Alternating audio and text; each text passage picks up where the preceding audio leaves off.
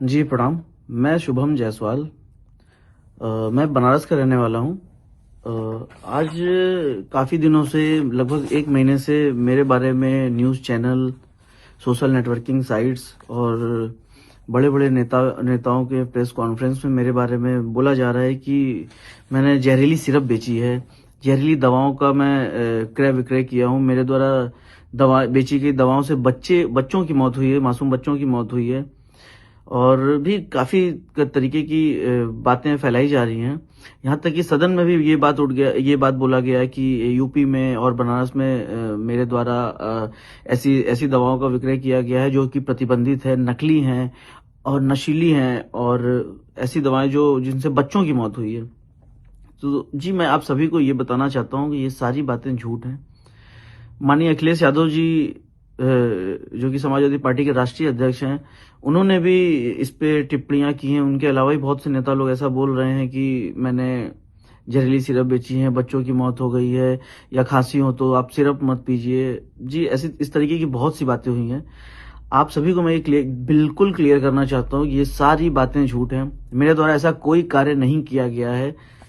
आप देखिए कि ये है फेंसिडिल कफ सिरप। ये एबट हेल्थ केयर का आता है। एबट हेल्थ केयर एक मल्टीनेशनल कंपनी है। जी, आपको मैं बता दूं कि फेंसिडिल कफ सिरप ना ही प्रतिबंधित है, ना ही जहरीली है, ना ही किसी भी तरह की नारकोटिक श्रेणी में आती है। आप, मेरे पास डॉक्यूमेंट्स हैं इससे रिलेटेड जो भारत सरकार ने जारी किए हुए हैं। ये एक सामान्य श्रेणी की दवा है जिसको कफ होने पे यूज करते हैं। आपको मैं ये भी दिखाना चाहता हूं, जो बच्चों की मौत हुई थी,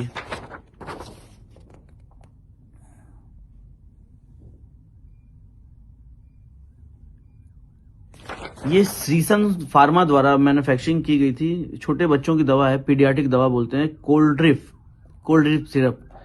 ये इन दवाओं को पी के बच्चों की मौत हुई थी। इसमें उतना डिटेल मुझे नहीं पता है, बट वो दवा और फेंसिडिल और ये कोल्ड ड्रिप दोनों डिफरेंट दवाएं हैं। इन दवाओं से, मतलब फेंसिडिल से किसी बच्चों की मौत नहीं हुई थी, क्योंकि वो बच्चों के लिए सिरप है ही नहीं है, वो अडल्ट के लिए है। और बच्चों की सिरप अलग आती है जो कि ये है, जिससे बच्चे पी के मरे थे। तो माननीय अखिलेश यादव जी, माननीय नेता, मैं आप सभी को ये बताना चाहता हूँ कि कृपा करके इस तरीके की राजनीति ना करें, और ना ही लोगों को आप भ्रम में डालें कि यूपी में या बनारस में ऐसी सिरप बेची गई जिनसे बच्चों की मौत हो गई थी।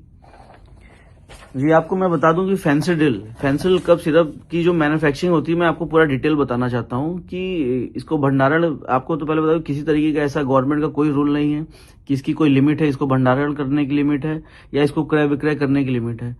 इसकी बेचने की विधि, हमने काम करने से पहले ड्रग डिपार्टमेंट में आरटीआई डाला था, जिससे हमें रिप्लाई आया था। इसको बेचने का तरीका उन्होंने ये बताया था कि लाइसेंस धारियों को माल बेचना है, और उनका सारा भुगतान जो है, जो जो उससे रिलेटेड पेमेंट है, वो सिर्फ बैंक से ही करना है।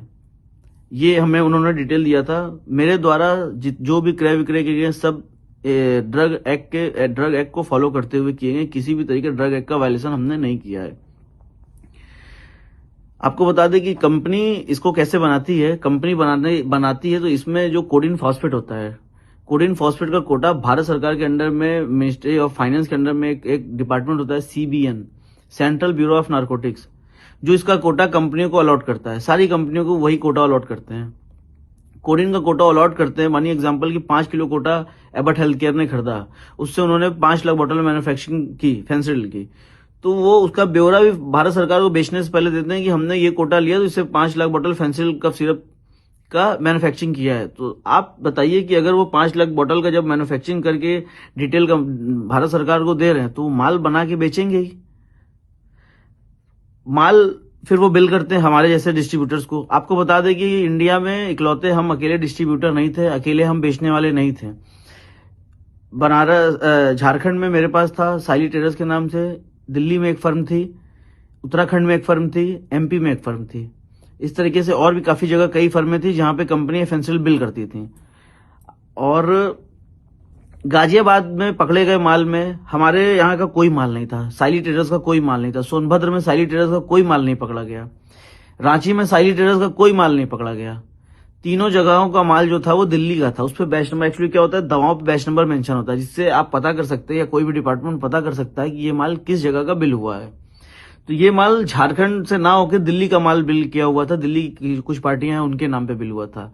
लेकिन मैं ये नहीं समझ पा रहा हूं कि जो भी कार्रवाई की जा रही है सिर्फ और सिर्फ मेरे ऊपर की जा रही है, जबकि मेरे द्वारा इस तरीके कोई कार्य, ये जो डॉक्यूमेंट्स अभी जो आप देख रहे हैं, ये मेरे द्वारा ही गवर्नमेंट को दिया गया था।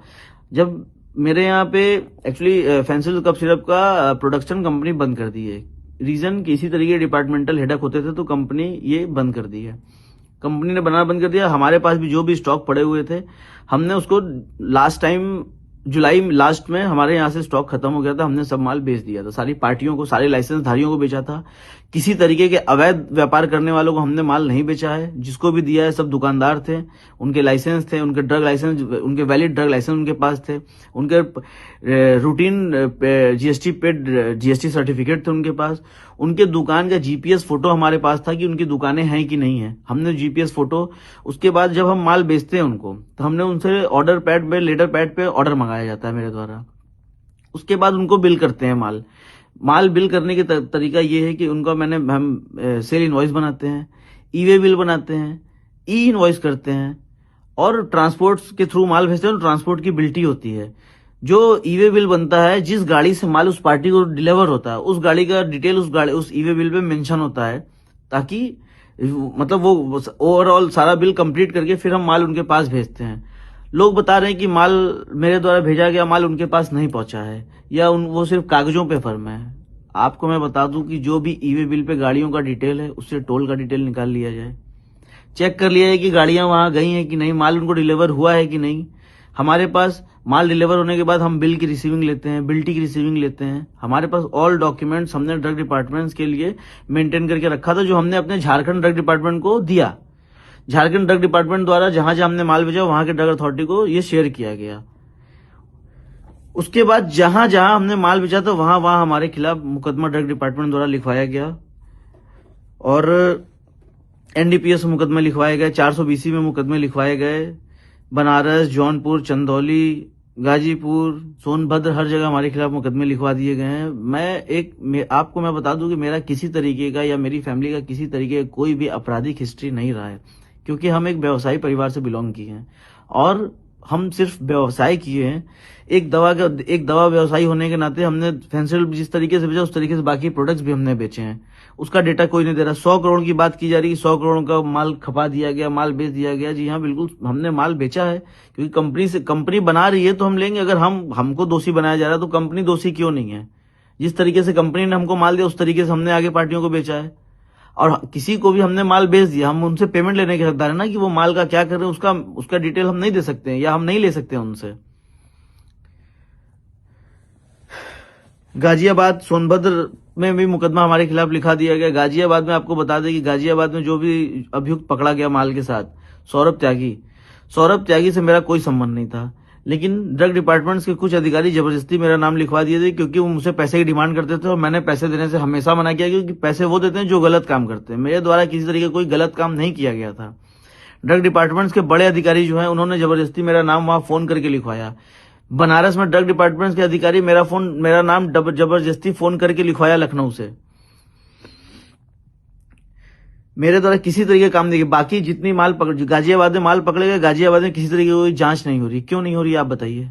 गाजियाबाद में माल पकड़ा गया अवैध तरीके से, वहां कोई एसआईटी नहीं बनी। वहां एसआईटी बनी है तो जांच वो हमारी कर रही है, वहां किसी तरीके की जांच नहीं कर रही है। दिल्ली की फर्मों की जांच नहीं चल रही है, मध्य प्रदेश की फर्मों की जांच नहीं चल रही है, उत्तराखंड की फर्मों की जांच नहीं चल रही है, जांच सिर्फ हमारी चल रही है। ऐसा हमें समझ में नहीं आ रहा है कि ऐसा मेरे साथ क्यों किया जा रहा है। मैं आपको ये भी बता दूं कि मेरा किसी तरीके की किसी राजनीतिक दलों से, किसी राजनेता से मेरा किसी तरीके का व्यापारिक संबंध नहीं रहा है। नॉर्मल भी किसी तरीके का मेरा किसी संबंध नहीं रहा है। फोटो वीडियो के बारे में मुझे नहीं पता उतना।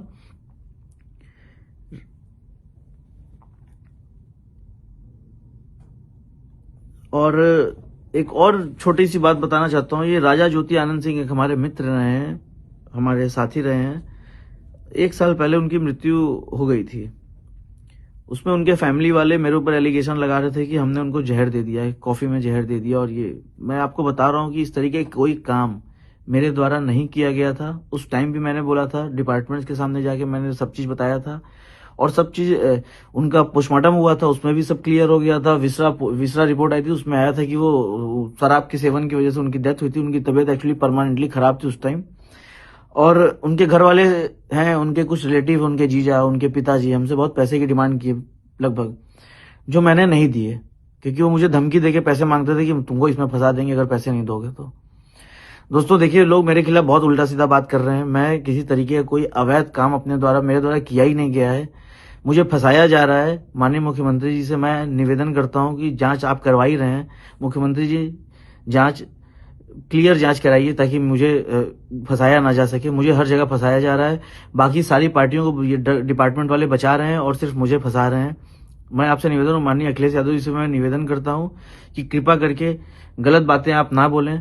आप बड़े हैं, आप गार्जियन हैं, आप सीनियर हैं, और ये जो है कि एमपी और ये दोनों अलग हैं। मैं निवेदन करता हूं कि सदन में गलत बातें ना फैलाएं, और किसी तरीके की मैंने ऐसा कोई कार्य नहीं किया जो अवैध हो। मैंने डिटेल, अगर इस पे नारकोटिक्स प्रोडक्ट की होता और एनआरएक्स होता तो मैं इसका क्रय विक्रय कभी जिंदगी में नहीं करता। मुझे बहुत परेशानी हो रही है, मैं बहुत झेल रहा हूं, और मैं इसलिए हटा बढ़ा हूं क्योंकि देखिए, मैं एक व्यवसायी हूं। मैं कभी पुलिस फौजदारी केस जेल मैंने नहीं देखा है, और पुलिस का नाम सुन के सबको डर लगता है। हम छोड़िए, मेरे साथ सारे व्यापारी परेशान है, सबको प्रताड़ित किया जा रहा है, सबको परेशान किया जा रहा है, मुकदमे उल्टे सीधे लिखे जा रहे हैं।